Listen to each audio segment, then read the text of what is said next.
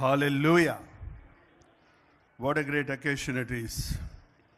ఇంత గొప్ప సందర్భంలో మనందరము కలిసి రావడానికి ప్రభు ఇచ్చిన అవకాశాన్ని బట్టి మొదటిగా ఆయనకి వందనాలు చెల్లిస్తున్నాను.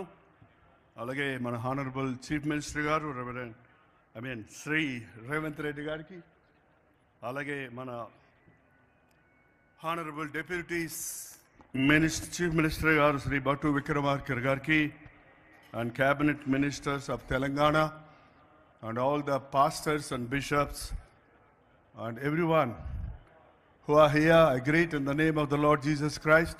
Happy Christmas. Christmas is a చాలా చక్కటి అవకాశం ఇది. I want to speak in Telugu only. యేసు ప్రభు ఈ లోకంలోనికి వచ్చిన రోజు క్రిస్మస్. క్రైస్ట్ మాస్ అంటే క్రీస్తును ఆరాధించటం. ఇది చరిత్ర.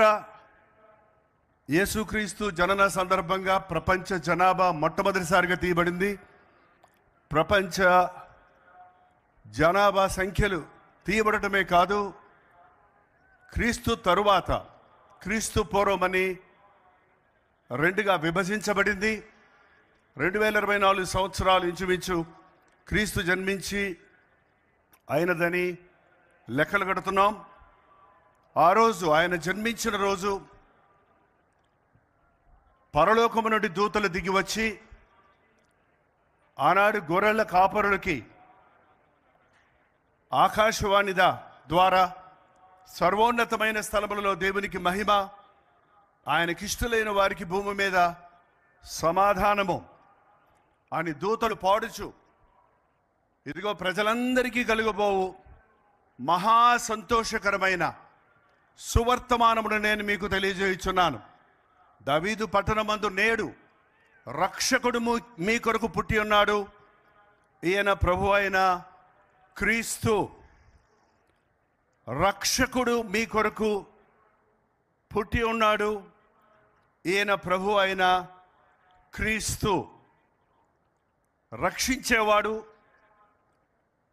పాపము నుండి విడిపించేవాడు, వ్యాధి బాధల నుండి విడిపించేవాడు, ఆదరణ లేక కుమిలిపోతున్న పాపమునకు బానిసలైపోయి శాంతి సమాధానాలు లేక నాశనమైపోతున్న మానవ జాతిని విమోచించుట కొరకు దేవుడే రక్తమాంసములలో పాలిభాగస్తుడై భూమికి అరుదించి ఉన్నాడన్నది ఈ క్రిస్మస్ సందర్భంగా మనం గుర్తించాలి. ఆది అందు వాక్యముండను, వాక్యము దేవుడు ఉండను, వాక్యము దేవుడై ఉండను.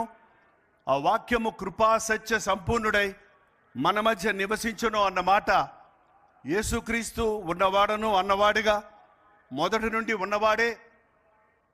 మానవునిగా మన బాధను, మన శ్రమను ఆయన అనుభవించి మన పాపానికి ప్రాయశ్చిత్తం చేయడానికి, మనలను మనకు పాప విమోచన కలుగజేయనట్లుగా పాపం వల్ల వచ్చు జీతమైన మరణము ద్వారా జయించి పునరుద్ధానుడైన యేసుక్రీస్తు పరిపూర్ణుడైన వాడు. ఈరోజు బాలయేసుగా యేసు ప్రభుని గుర్తు చేసుకుంటున్నాము, కానీ ఆయన ఈ లోకంలో జన్మించాడు. ఇంచుమించు 33.5 సంవత్సరములు జీవించాడు. ఒక మానవుడు ఎలా జీవిస్తే దేవునికి ఇష్టడుగా ఉంటాడు, అలా ఎలా జీవించాలని దేవుడు మొదటిగా మానవుల్ని సృష్టించాడు అన్నది ఆయన ఈ లోకంలో జీవించి చూపించాడు. ఒక మాటలో చెప్పాలంటే యేసుక్రీస్తు ప్రేమమయుడు, ప్రేమపూర్ణుడు, ప్రేమ స్వరూపి. ప్రేమను చూపించాడు, ప్రేమను ప్రకటించాడు. పరమ నుండి ప్రేమ భూమికి దిగి వచ్చింది క్రీస్తు ద్వారానే. ప్రేమ అన్నప్పుడు మనకి చాలా అలవాట్లు ఉన్నాయి, చాలా పదాలు ఉన్నాయి ఈ లోకంలో. ప్రేమ అన్నిటికీ ప్రేమ అంటాం. ఐ లవ్ యూ అంటారు, ఐ లవ్ ద డాగ్ అంటారు, ఐ లవ్ ఐస్ క్రీమ్ అంటారు. అన్నిటినీ ప్రేమ ప్రేమ ప్రేమ అంటాం. ఇంగ్లీష్లో కానీ తెలుగులో కానీ ఎక్కువగా అవే మాటలు వాడుతుంటాం. కానీ ఒరిజినల్ గ్రీక్ భాషలోకి వెళ్తే ప్రేమ అనే వాటికి 4 వ్యత్యాసమైన మాటలు ఉన్నాయి. స్టోర్స్ అంటే సహజమైన ప్రేమ, ఎరోస్ అంటే ఆకర్షణతో వచ్చే ప్రేమ, ఫిలియా అంటే సహోదరుల మధ్య ఉన్న ప్రేమ. ఇవన్నీ తాత్కాలికమైనవే, ఒక సీజనల్గా ఉండేవే. కానీ అగాపే ప్రేమ, దేవుని ప్రేమ, నిస్వార్థమైన పరిశుద్ధమైన శాశ్వతమైన ప్రేమ. ఆ ప్రేమను యేసుక్రీస్తు ఈ లోకంలోనికి తెచ్చాడు. నిజంగా ఈ లోకంలో ప్రేమ ఉంటే ఘర్షణలు ఉండవు, దోషములు ఉండవు, నేరాలు ఉండవు, సమస్యలు ఉండవు. ఇవాళ వీటన్నిటికీ కారణం ప్రేమహీనతేనన్నది మనకు తెలుసు. అందుకే ప్రభు నేర్పించిన మొదటి పాఠం, ఒకరినొకరు ప్రేమించుకోనండి, నిన్ను వలె నీ పొరుగువానిని ప్రేమించండి. ప్రేమ సహిస్తుంది, ప్రేమ ఓర్చుకుంటుంది, ప్రేమ క్షమిస్తుంది, ప్రేమ దీర్ఘకాలం ఉంటుంది. ప్రేమ దుర్నీతి అందు సంతోషించదు, కానీ సత్యమనందు ఆనందిస్తుంది. ప్రేమ డంబముగా ప్రవర్తించదు అన్న మాటలన్నీ క్రీస్తులో మనం చూడగలుగుతున్నాం. ఆయన ఈ లోకంలోనికి వచ్చినప్పుడు దీనుడిగా ఆయన వచ్చినాడు. కారణం మనమందరం ఆయన్ని సమీపమునకు వెళ్ళినట్లుగా, ఆయన్ని చూచినట్లుగా ఆయన ప్రేమను మనకు చూపించాడు. హల్లెలూయా. నిజంగా నేను ఒక మాట చెప్పి ముగిస్తున్నాను. యేసు అంటే జీవితాలను మార్చేవాడు. యేసు క్రీస్తు పాపములు క్షమించేవాడు. ఈ లోకంలో ఎవరూ చేయలేనిది యేసుక్రీస్తు చేస్తాడు. ఒక పాపిని పరిశుద్ధుడిగా చేయవాడు, ఒక గురి లేని వ్యక్తికి గురి కలుగజేయవాడు, జీవితాలను మార్చేవాడు, ప్రేమను పంచేవాడు, పరిశుద్ధతను కలుగజేసేవాడు. అన్నిటికంటే మించి మన అందరం ఆశించే ముక్తి, మరణించిన తరువాత ఉన్న శాశ్వత జీవితం గురించి మనం చాలాసార్లు ఆలోచించము. కానీ ఈ లోకంలో మరణించిన తరువాత నిజమైన జీవితం మనకు ప్రారంభమవుతుంది.